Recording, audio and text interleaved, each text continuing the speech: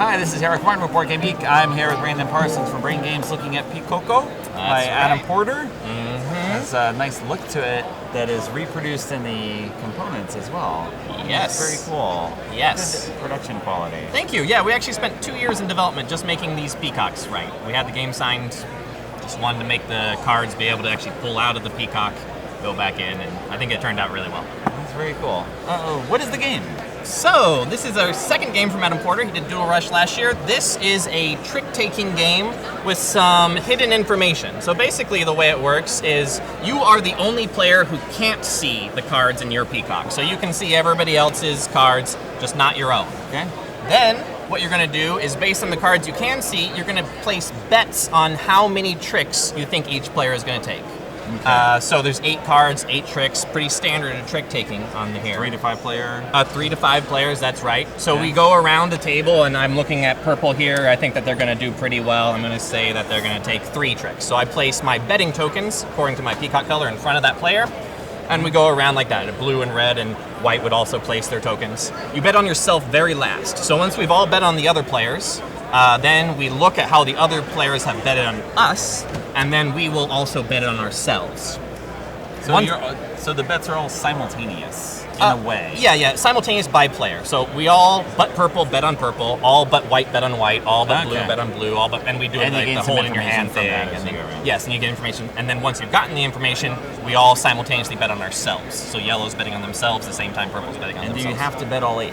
All 9. 9. We gave you an extra token. You don't have Someone to. has to. You don't have to. Okay. So it's a thing. Yeah. If you bet all 9, you're guaranteed to not have exact bets, but maybe you'll have 1 or 2 better. Right. Basically, the way it works is it's a standard trick-taking game. The first card can be anything. So if very important. Wait, yeah. You play. The standard trick-taking game, except you're not seeing your cards. Except you're not seeing your cards. Okay. You are seeing your target player's cards. That's the player on your left. For the whole game, you're only going to be playing the player on your left's cards. Okay. So your cards are really the cards you can't see. So you play the target player's cards, and now we're back to a standard trick-taking game. Okay. Where I can lead with any card I want to, and after I play the card, then anybody else with that color must follow that color. So this player would then pick their target players here, or this multicolor, right? So the multicolor cards are whatever color you want to. If you can match, you must match.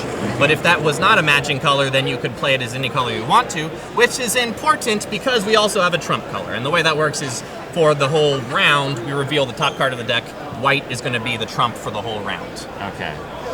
So standard trick taking, match the color if you can. If you can't, you're going to lose unless you play the trump color. Okay. So, I love the examples here you did here. So this player, if they have bet on this player, they could choose this, which is white, yes, as well as purple, trumping it based on everything else. No? Technically, if purple wasn't there, so if this was a different color than purple, let's say it was yellow. Yes. Then yes, they could choose between yellow, white, or red. But since this is purple, they would have to match. But it doesn't count as purple and white. No, just purple. You pick You pick the color. I thought it'd be like surprise Trump. No, not here. No. We don't want surprise Trump. No, no surprise Trump. Let's not go there. It's not. So after we play all the tricks, so they're all out. We've scored them. Then we compare our bets. Okay. If you bet 3, so I bet 3 here on purple. If they took 3, that's a perfect bet. I scored 2 points for that perfect bet. Okay. If I'm off by a little bit, I think it's 1 or 2, I score 1 point. If I'm off by more than that, 0 points. Okay. Then we go around comparing how our bets worked. The last thing we look at is, I forgot to mention this, we have a set of these confidence cards. These represent the bet we felt most confident about. Okay. So if I was sure that purple was going to take 3, I would use my confidence card as purple. We all lock in our confidence card during the betting phase. During the scoring phase, we reveal. If I was right, then I would score 3 points. So if my bet was exact, purple did take 3, I would score 3.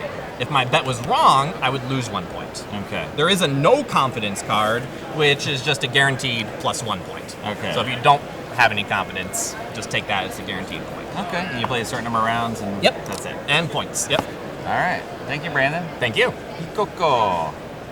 That's right.